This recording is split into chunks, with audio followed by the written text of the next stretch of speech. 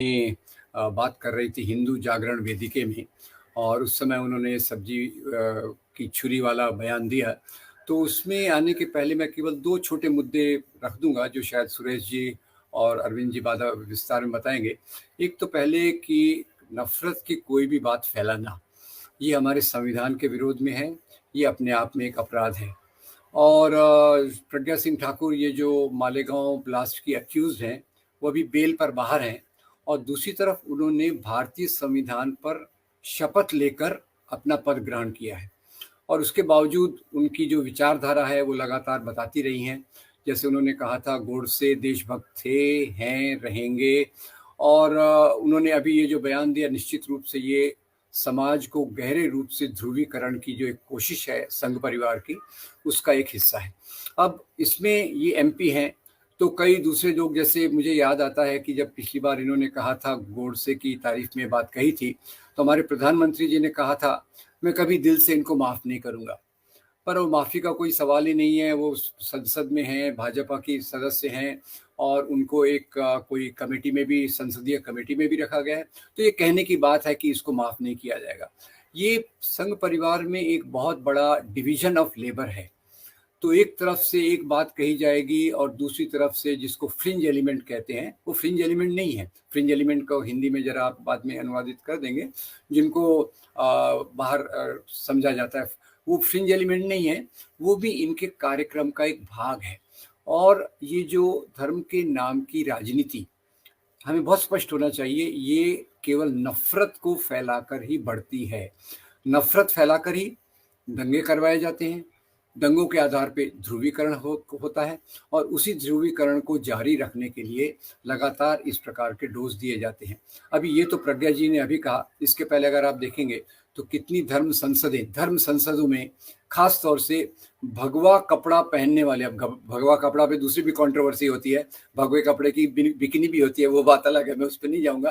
पर भगवा कपड़ा पहन के धर्म संसदों में कितने नफरत के बयान दिए जाते हैं, वो हमें कहने की जरूरत नहीं है। तो सवाल ये है कि प्रज्ञा सिंह ठाकुर वही काम कर रही हैं जिससे समाज का ध्रुवीकरण हो। और अभी कर्नाटक में चुनाव तो खैर भारत में हमेशा चलते ही रहते हैं, तो उसमें ये ध्रुवीकरण बना रहे। और दूसरी बात आप जो कह रहे हैं उनकी गिरफ्तारी की मांग, अब देखिए, मैं तो कानून को ज़्यादा नहीं जानता, अरविंद जी शायद इस पर रोशनी डालेंगे। मेरे ख्याल से धारा 153A, उसके तहत नफरत की बात करना ये अपने आप में गुनाह है। पर उसकी अब दखल कौन देगा? जो सत्ता में है वो चाहता है कि ये बात होती रहे, तो उसका कोई इस पे सजा होने वाली नहीं है।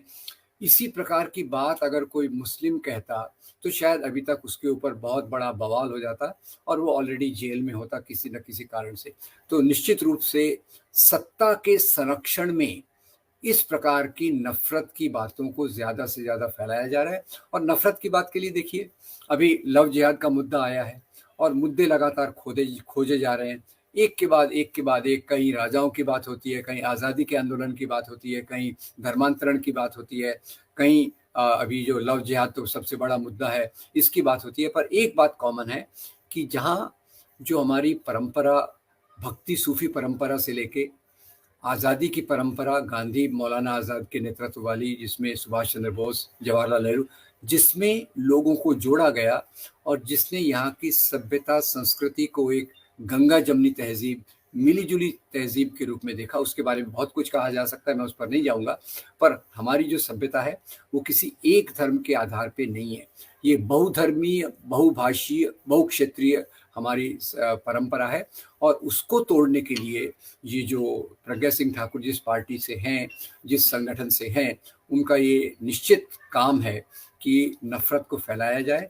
और मैं यहाँ एक येल यूनिवर्सिटी की एक स्टडी का आप पर ध्यान दिला दूँ। येल यूनिवर्सिटी की एक बहुत महत्वपूर्ण स्टडी आई थी, और उसमें ये कहा गया था कि दो चीज़ें कही गई। एक तो नफरत के कारण ही दंगे करवाए जाते हैं, नंबर एक, कि दंगे होते नहीं हैं, दंगे करवाए जाते हैं।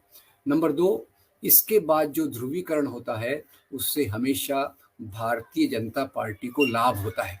ये जो हमारे मेरे गुरु और मित्र असगर अली इंजीनियर की स्टडीज़, पॉल ब्रास की स्टडी और येल यूनिवर्सिटी की स्टडी, सब एक ही बात कहते हैं कि ध्रुवीकरण से एक ही उस पार्टी को फ़ायदा होता है। तो इसलिए नफ़रत फैलाना ये इनका बहुत बड़ा हथियार है। जी। और अंत में एक टिप्पणी दूँगा, लास्ट टिप्पणी मेरी ये होगी कि सवाल ये है कि उनकी आलोचना करना बहुत आसान है। मुद्दा ये है कि उनकी जो नफ़रत फैलाने की राजनीति है, उसका मुकाबला हम जैसे कार्यकर्ता कैसे करें, ताकि हम फिर से उस रास्ते पर आएँ, जिस रास्ते पर चलकर भारत को आज़ादी मिली, जिस सिद्धांतों के आधार पे भारतीय संविधान बना, वो हमारा मेरे ख्याल से आज एक बहुत बड़ा मुख्य कर्तव्य होना चाहिए। और आपका बहुत धन्यवाद इस सब चीज़ के लिए। Thank you very much.